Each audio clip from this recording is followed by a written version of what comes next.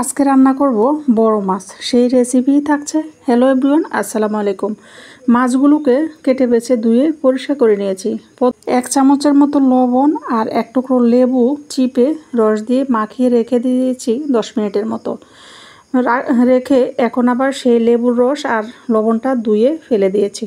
এখন মাছটা আমি ভেজে নিব, তাই হলুদ, লবণ এবং লাল মরিচের গুঁড়ো মাখিয়ে 10 মিনিটের মতো আবারও রেস্টে রেখে এখন আমি মাছগুলোকে সুন্দর করে ভেজে নিচ্ছি। উল্টে পাল্টে ভেজে নিচ্ছি। মাছটাকে বোনা করব।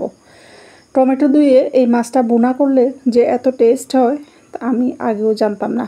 যাই হোক, ভাজা মাছের তেলটা দিয়ে দিয়েছি। এখন বেশি করে পেঁয়াজ কুচি দিয়ে দিয়েছি। পেঁয়াজটা হালকা বাদামি হয়ে গেলে এখানে রসুন পেঁয়াজ বাটা আর লাল কাঁচামরিচ বাটা দিয়েছি, স্বাদ মতো লবণ, লাল মরিচের গুঁড়ো, হলুদের গুঁড়ো, ধনিয়ার গুঁড়ো, জিরার গুঁড়ো। মশলাটা দিয়ে একটু নেড়ে চেড়ে এরকম ছোটো গ্লাস দিয়ে 1 কাপের মতো পানি দিয়ে দিয়েছি। পানিটা দিয়ে ঢাকনা দিয়ে ঢেকে ভালোভাবে কষিয়ে নিচ্ছি। মশলাটা অনেক বেশি ভালোভাবেই কষাতে হবে, যাতে করে মাছ বোনা করলে কোনো মশলার গন্ধই না থাকে। মশলাটা রান্না হয়ে গেলেই মাছটা উপর থেকে সুন্দর করে দিয়ে দিব। মাছটা প্রথমে দিয়ে একটা উল্টান দিয়ে দিব, যাতে করে মশলাটা এপিট ওপিট করে লেগে যায়।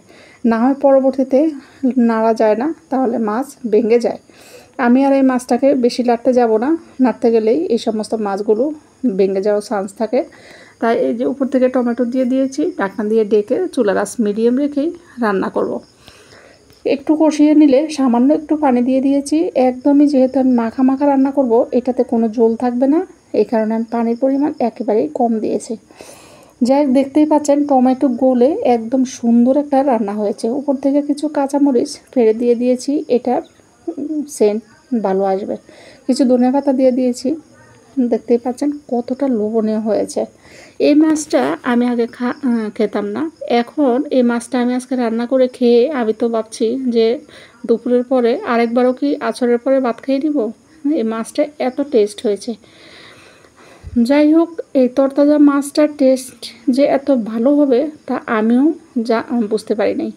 অনেক বেশি ভালো হবে। আর আমি যেভাবে রান্না করছি এভাবে রান্না করে খেয়ে দেখবেন। এটা পাঙ্গাস মাছ ছিল, অনেক মজা হয়েছে।